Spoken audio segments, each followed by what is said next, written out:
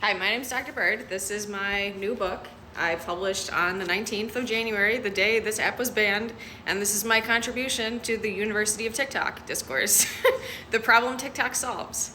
As repeated, TikTok is the world's largest platform, generating billions of data points daily. We were connected, albeit infested with awful advertisements and native product placements like magic. Ask users. You know a lot about someone from seeing what their algorithm displays. For years, regular TikTok users have attested that it has an eerie eye into their subconscious. Like any other human-made person or object, it isn't right all the time.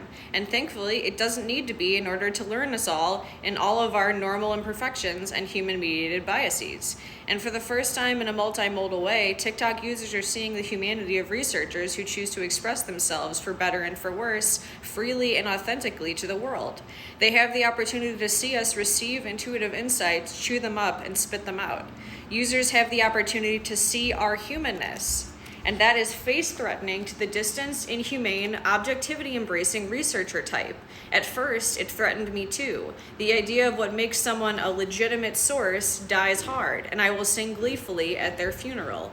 Serious jokes aside, another novel element to researchers in this age is that users are watching researchers absorb, digest, and distribute their observations in real time alongside other users. Users that are the experts of their platform and are acclimated into the idea that anyone can be a credible source or not. This is my main controversial critical media ecological assertion. But what about mis and disinformation, Dr. Bird? There is so much accurate and inaccurate information spread on and off TikTok too. Yes, that's besides the point. We need to check our sources no matter what. If there's one challenge that can and must be seen as an opportunity that the environment era has hand-delivered to us virally, is that we need to release expert perfection. As many critical scholars have been saying forever, no one is objective, nothing is universal. The limited intelligence that has contaminated our environmental and relational intelligences, bleeding into and going viral in the algorithmic environment era, as well as artificial intelligence. The beauty of this newly viral era, whether they ban TikTok or not, is that we know that now. Hear me out. Despite all our human design confusion, and this may sound silly, from my perspective, even with all its flaws, I truly believe that TikTok has brought us closest to an accessible educational ideal. Democracy, am I right? By the people, for the people. Anyone? Sure, it made all that possible while still reproducing all our U.S. nationally famous foundational inequities and technological biases, as well as the price of exploiting our precious, read very profitable data. Therefore, it must be possible without exploiting our data. And I believe that it could be possible running for new ecologies of liberation and regeneration. In my experience, users on TikTok and other algorithmic apps, since at least the revoking of Roe v. Wade in 2022, overwhelmingly understand that there is a problem with especially U.S. media monopolies. However, oftentimes folks without sociology bachelors, communication masters, and media and communication PhDs hear someone online casually mentioning that the media is owned by an oligarchy, the neoliberal transnational capitalist class, as described thoroughly within this book, citing the work of my master's mentor, Lee Artz, and still chalk that up to a conspiracy theory. If you learn nothing else from this book besides the fact that A, intelligence is a concept entirely made up alongside IQ to reinforce a hierarchy oppressing most of us, and B, your everyday experiences are a form of knowledge for better and for worse, please know that mainstream media monopolies being owned by this oligarchy is a well-documented fact. And in fact, when an establishment tries to name something a conspiracy that has factually happened, that is a form of covert and overt social control. I discussed this much more thoroughly within my article about the #MeToo campaign aftermath. Meaning, although I do not often agree with conservatives, those working to conserve and equitably design systems on anything, there is a real reason that they see a problem with mainstream media. There is. It's owned by an oligarchy, the neoliberal, transnational, and global capitalist class. Oligarchs have monopolized media ownership since the 1970s alongside all other industries, slowly deregulating them all, making inevitable the outbreaks of Listeria, E. coli, Salmonella, and now bird flu we see today. These two things are not coincidental. And as I trust you have noticed by now at this point in this book, I argue, as I have in my comprehensive academic publications and content alike, almost everything is not a coincidence. For example, it is also not a coincidence that ever since civil rights were put in place and then slavery was legalized via a carceral system, more of us were allowed into education, affirmative action, while at the same time, the white flight, further gentrification, and redlining happened, altering the physical infrastructure, color-paved racisms as discussed within Chapter 2. Similarly, it's not a coincidence that it was also the same era Title IX and gender rights occurred that conflate cis-heteronormative, cisnormative identifying with one sex assigned at birth, and heteronormative, binary concepts of biological sex, female, intersex, male, with binary concepts of gender, feminine, non-binary, masculine, even though those are two different characteristics, each with a wide variety of subtypes. In the same moment that education became massively expensive and credit cards were thereafter mass marketed to college kids, now each generation since Gen X has become the most educated and most indebted generation to exist with less access to meet our basic needs.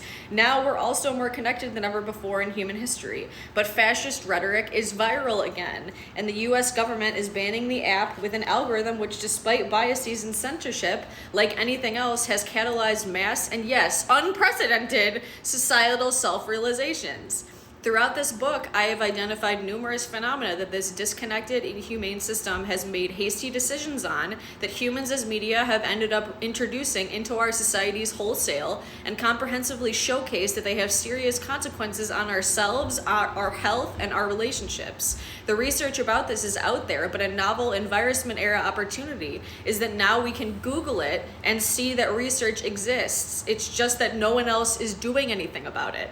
Which begs the questions, what is the point of doing research that always shows this system is poisoning us all to death in every imaginable way if we do nothing to completely end that?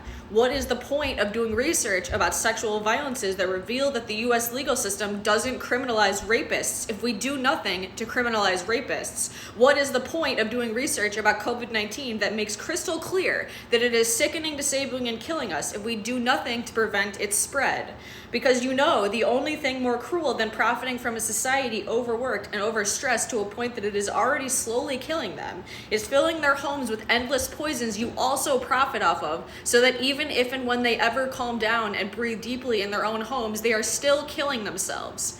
Unlike hyper-individualistic media lies that sell us the idea that one person has all the answers, I'm not here to tell you I know everything every single unique person needs to do to be a part of that. What I am here to do is share my Dr. Bird's eye view on the ways that my lifetime is a form of knowledge and how the comprehensive research findings I overviewed triangulate my insights. How I was born, made mistakes, reinforced all the normal discriminations the system has to offer us, and thanks to critical scholarship, mentors, and supporters like you, I was able to change my life, returning to my embodied authenticity despite elitist institutions, and that you can too. This isn't to say that there aren't lines of discriminatory demarcation and respectability politics that keep us all from being fully embodied everywhere we go all the time. Of course there are. This world is not and has never been a safe space for all of us to authentically be ourselves. And even still, we must imagine and create a world where we strive for liberation, ecological symbiosis, one person at a time, while we organize mutual aid networks and ecological symbiosis. What critical media ecology offers the public is that knowing that your lived experience is a form of knowledge of this poisoning, sickening, disabling, and deadly world, and that probing questions to begin transforming your life as much as any one person is able to in the US. What does that look like? Well, as media ecologists have suggested for decades, after reading these chapters, it can look like taking a holistic inventory of our identity, relationships, and surroundings, and asking, what does this idea, item, relationship, institution, etc. enhance? What does it eliminate? What does it retrieve that had been eliminated earlier? And lastly, what does it reverse or flip into its opposite, if and when pushed to its furthest, most logical extreme? It might sound dramatic, but reflecting on on these questions with a critical eye has changed my life, and I am confident that they can help other folks too. In the meantime, while we organize to demand massive structural changes that we've required to end viral systemic limited intelligence, individual solutions are not enough to solve these systemic problems, but they do decrease harm. Since these are meant for self-reflection, I provide probes related to only the first 4 chapters. Then it's time to leave the nest, because I invite you to create more once you begin and keep the liberatory conversation going. As you begin this work, remember to be kind to yourself. Drink water, rest, do something nice for yourself, get some sun, and don't ever fucking forget, we all deserve better than this shit. See you on the interwebs.